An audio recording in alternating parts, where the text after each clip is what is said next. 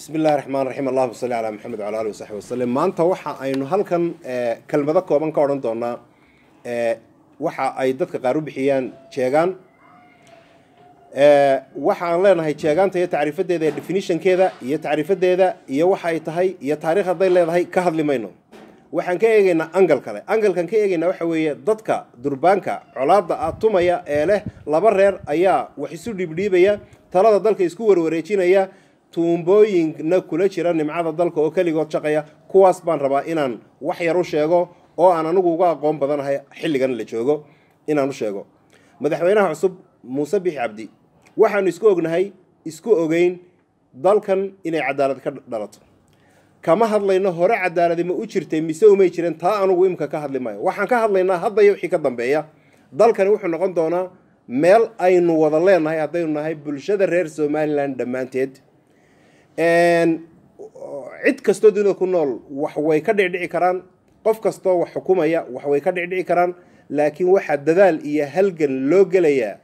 oo halgan dheer oo geed dheer iyo geed gaaban ba aan u fuuli doonaa oo aanu madaxweynaha cusub Muuse Bixi Cabdi isku ognahay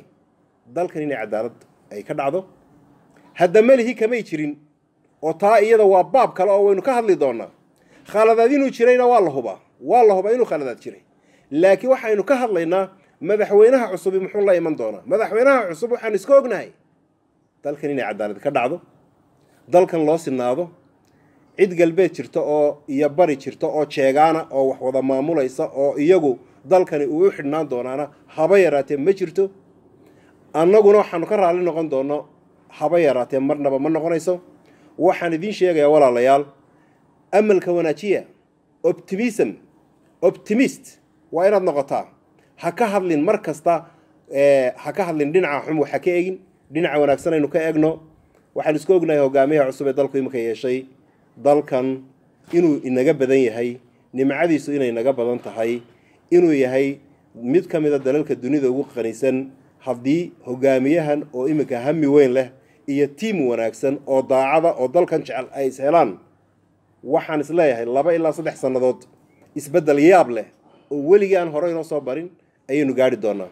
jeegaani jiri mayso laba reer oo isu dhibdhiibaa jiri maayaan waa loo siman yahay waad mahadsantiin wassalaamu calaykum waraxmatullaahi wabarakaatuh